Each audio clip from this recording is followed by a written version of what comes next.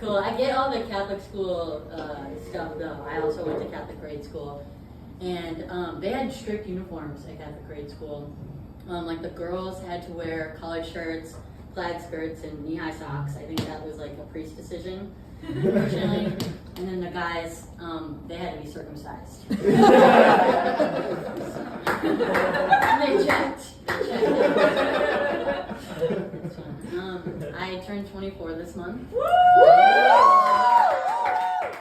I still have 1 whole year to develop my frontal lobe, specifically my prefrontal cortex. This is the part of the brain that weighs the pros and cons of decisions before they're made. So I have another year to figure that out, right?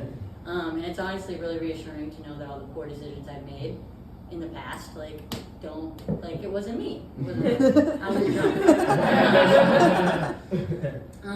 But I know that my decisions are getting more mature because I wouldn't date my first boyfriend again. Not because he played me a song he wrote about another girl. Also not because when I brought him to my family's house to stay the night, he got up in the middle of the night after blacking out on Skull Vodka, walked to my brother's bedroom where he was sleeping, and peed in the middle of the floor. No. We actually dated after that. But no, he moved to Indianapolis. So that's where I draw the line. Straight line. I won't go past it. Those are my standards. But I'm trying to train my brain in the next year, And there are ways to do it, like doing challenging puzzles, like the New York Times stuff. So, and I'm pretty consistent about it. Like, I'm consistent in convincing myself that doing a Sudoku is better for my cognitive development than like doing the job I'm paid for. I studied 4 years of college to do thousands of hundreds of dollars,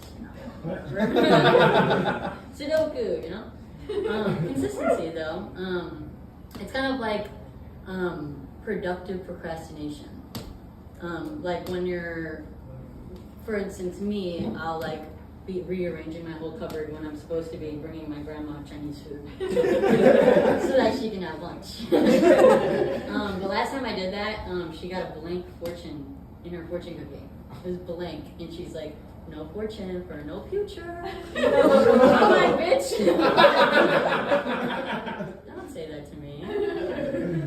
But I am consistent in doing the New York Times puzzles. I'm not consistent at a lot of things in my life. I'm more like the puzzle stuff that's more consistent than like my period since I went off birth control. It's definitely more consistent than the response I get from my brother when I say I love you. And he's a gamer, so it's usually like, can't talk right now, even though I think you're but the New York Times puzzles, back to it, I keep circling back. There's this one game where they give you a handful of letters, and you're supposed to make as many words as you can. And so the other day, the letters were tile, and then there was C in the middle. And so I'm like, C-L-I-T, clip. Obviously, not a word. Not a word. What incel made this game? He doesn't know what a CLIT is. Maybe he couldn't find it on the keyboard. I'm not one to judge without context, though. So I found out that the founder of New York Times, his name is Henry Jarvis Raymond. You would think that that's the name of a guy who knows how to please a woman. However, he's also the co-founder of the Republican Party. That's interesting. Kind of a boner killer.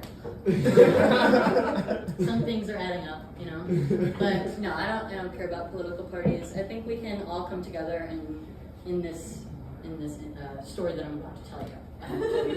So a couple of months ago, I was watching TV in Wisconsin, and there's a commercial that was just Joe Biden falling in a bunch of different places. Like he was going up to the airplane, walking to the podium or whatnot, and it's just like that's what we need to be showing. We need to come together as a country right now. And I I think that was really funny.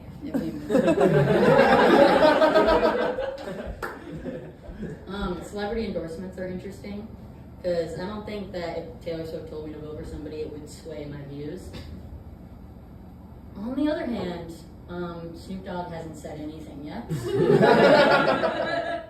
So, like, if Snoop Dogg were to tell me to vote for the director of Sausage Party, I don't know. Doing it. Or if he told me to vote for that guy at the gym that does the thrust machine and stares at women when he does it.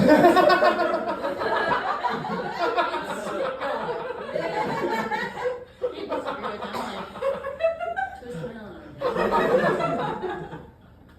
I would do it. I do wish that there was a green candidate though this year. I would totally. I think that would be my number one. I'll write in Bill, not a science guy. You know, respectfully, and I'm proud of it. I feel like I live a pretty sustainable lifestyle. I have toothpaste bits, like that you chew, not even things. So they just come out of tubes. This is part of the joke. I use a bamboo toothbrush. I also keep like any vessel from drinks that I have, and I put water in it and put it in the fridge for like to-go water for my guests or whatnot. And so I made the mistake of using an empty soju bottle, and I put water in an empty soju bottle, and I brought it to a picnic thinking that it was soju. And then we were at the picnic, and it turns out, it was water. And I'm not a dude or anything, but it was like one of those flaccid moments. And I hope that none of you guys in the room are feeling that right now.